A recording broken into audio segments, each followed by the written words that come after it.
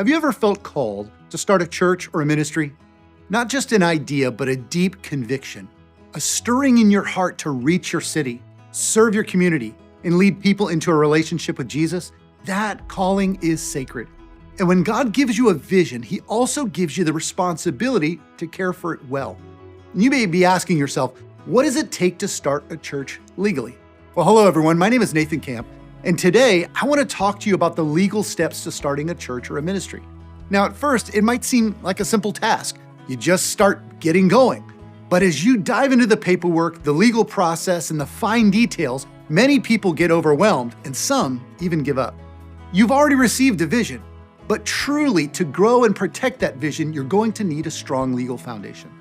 While there are many ways to structure your church or ministry, these are the 5 essential steps that more than 20,000 churches and ministries have used to start on a solid foundation. The first step is choosing your name for your church or ministry. Every state has its own rules, so you'll need to check with your Secretary of State's office to make sure the name you want is available. Once you've got a unique name, you'll need to draft and file articles of incorporation. These documents include details like your purpose statement, which describes what your ministry will do, and other legal language that's required by the state and the IRS. If your church plans to ordain ministers, this is a good time to include that in your purpose statement, specifying that your church will license, ordain, and oversee ministers of the gospel. Next, you'll need to obtain a federal employer identification number, also known as an FEIN from the IRS. Think of your FEIN as your church's tax ID number, kind of like a social security number for your organization. With your FEIN and your approved articles of incorporation, you can open a bank account in your church's name, which is essential for receiving donations and managing your ministry's finances. Now be careful, if the FEIN application is not done correctly, it could cause problems later on. Some churches have made a mistake with their FEIN applications and ended up getting a revocation letter from the IRS years down the road.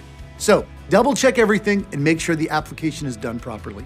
After the FEIN, your bylaws are one of the most important documents for your church. Bylaws are the rules that set up how your church is run. They're your protection and guidance, making sure everything operates in line with your biblical values. They're also a way to provide structure during difficult times. Good bylaws bring clarity, not confusion. You'll want to make sure your bylaws specify important things like who's in charge, how conflicts are handled, and who has the final say on major decisions. And as laws change, it's important to revisit and update your bylaws regularly. Don't forget to refile them with the IRS to keep everything current. Once you've got your bylaws in place, it's time to create policies and procedures for how your church will operate on a day-to-day basis. While bylaws set up the structure, policies and procedures guide your everyday decisions and actions. Some of the common policies churches have are accountable reimbursement policies, conflict of interest policies, indemnification policy, and anti-terrorism policy, and there's many more. These internal policies act like guardrails, ensuring your church stays compliant and keeps its focus on its mission. And now we come to the final step, the most time-consuming and detailed of the process, and that is becoming 501c3. Becoming a 501c3 is a critical step if you want tax-exempt status, and it's something that requires a lot of attention. It can take up to 100 to 150 hours to complete the entire process, even though the application is now online. You'll need to gather all the necessary documents and fill out a detailed application to make that process work. And don't forget, some states have additional filings to consider. For example, many states offer sales tax exemption for churches, but you need to file in order to take advantage of that benefit. While it's a lot of work, it really is worth it.